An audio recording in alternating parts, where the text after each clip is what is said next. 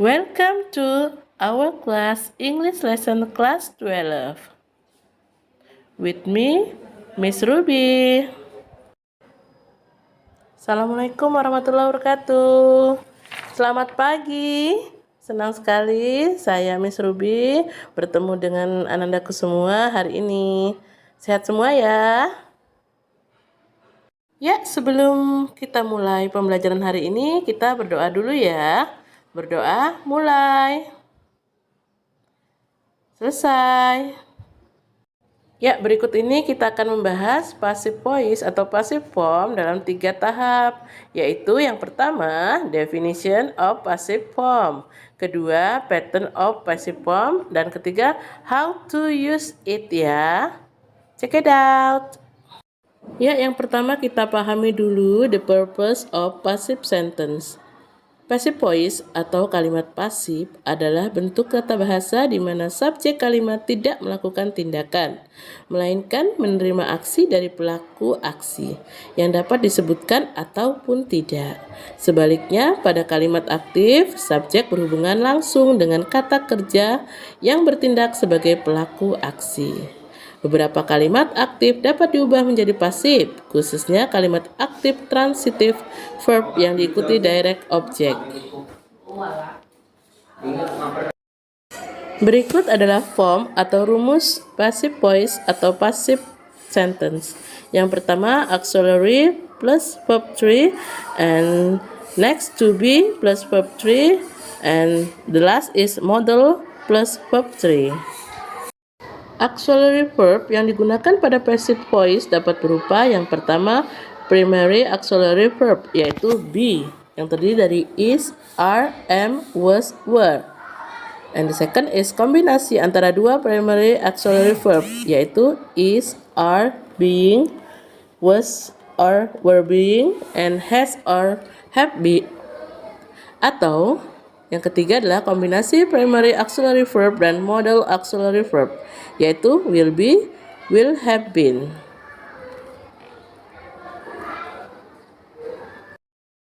Adapun past participle yang digunakan berupa kata kerja transitif.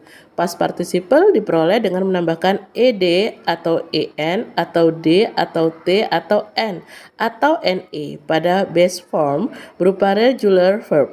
Pada base form berupa irregular verb, bentuk past participle tidak konsisten.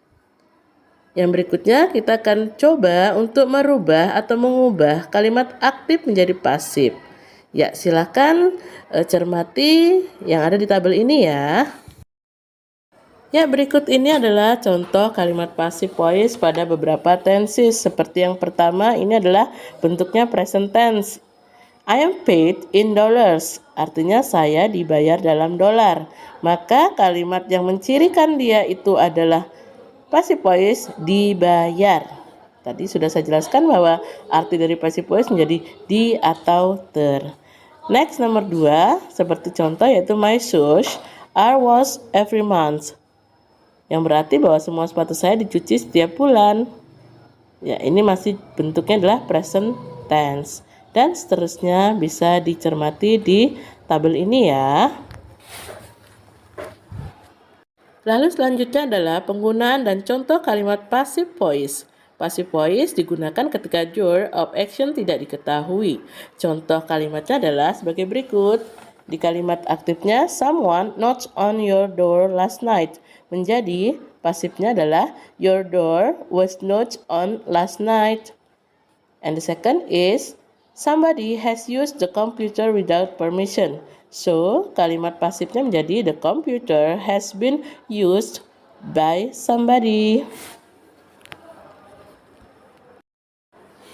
Pada akhirnya, kita bisa mengatakan bahwa passive form atau passive voice digunakan ketika yang pertama, pelaku aksi tidak dapat diketahui atau sudah jelas atau dapat ditebak atau merujuk kepada orang secara umum. Yang kedua, ingin memberi penekanan pada objek. Yang ketiga, ingin memberi variasi pada tulisan. Ya, dalam penggunaan kalimat pasif ada pengecualian, yaitu penggunaan transitive verbs, di mana tidak semua transitive verb Kata kerja yang memiliki direct object dapat dipasifkan. Beberapa kata kerja seperti have, become, like, look like, dan mean akan terdengar tidak wajar maknanya ketika dipasifkan. Contoh kalimat verb yang tidak dapat dipasifkan sebagai berikut. Berikut adalah contoh kalimat verb yang tidak dapat dipasifkan. Ya, contohnya adalah yang pertama, I have a great new idea. Ini tidak dapat dipasifkan jadi a great new idea is had by me. Ya, ini tidak bisa dipasifkan. Kemudian kalimat kedua, it contains only natural ingredients. Nah, ini juga tidak bisa dipasifkan atau diganti menjadi natural ingredients are contained by it. Nah, tidak bisa ya. Ya, ini contoh lain dari kalimat passive voice yang dituangkan dalam sebuah teks. Nah, berikut ini contohnya ya, akan saya bacakan untuk anak-anakku semua. Dengan judul Making Flat Glass. Flat glass is used in window because it is strong, clear, and weatherproof. In the past, making a flat glass was time-consuming and costly, but now it can be made cheaply and easily due to the float glass method. This multi-phase method was discovered in 1959 by a British company called Pilkington. In the first phase, glass ingredients are put into a melting furnace. This produces molten glass. Next, the molten glass is gently poured into a tank of molten tin. This tank is called a float basin because a layer of molten glass floats on the surface of the molten tin. Molten tin is used in the float bed because it has a smooth mirror-like surface. The molten glass can be made thicker or thinner by controlling how fast it flows through the float bed. The flat layer of glass is then moved along rollers and cooled very slowly in a low tunnel called a layer. In the next phase, the glass is washed and then cut into sheets using diamond well cutters. Finally, the sheets of glass is washed and then cut into sheets using diamond wheel cutters. Finally, the sheets of glass are stacked together and taken to the warehouse. Nah, dari contoh teks ini kita akan coba analisis kalimat passive voice. Ya, diantaranya yang bisa kita dapatkan ada di kalimat pertama yaitu flat glass is used in windows because it is strong. Nah, itu yang pertama sebagai kalimat pasif. Next, berikutnya juga ada di paragraf kedua di mana disebutnya next the molten glass is gently poured into a tank of molten tin. Jadi sini ada is gently poured, itu adalah passive sentence. Next ada lagi molten tin is used in the float bed because it has a smooth. Nah, ini ada di paragraf kedua juga. Kemudian ada lagi kalimat berikutnya yaitu the molten glass can be made thicker or thinner by controlling how fast it flows through the float bed. Ya, ini masih di paragraf kedua.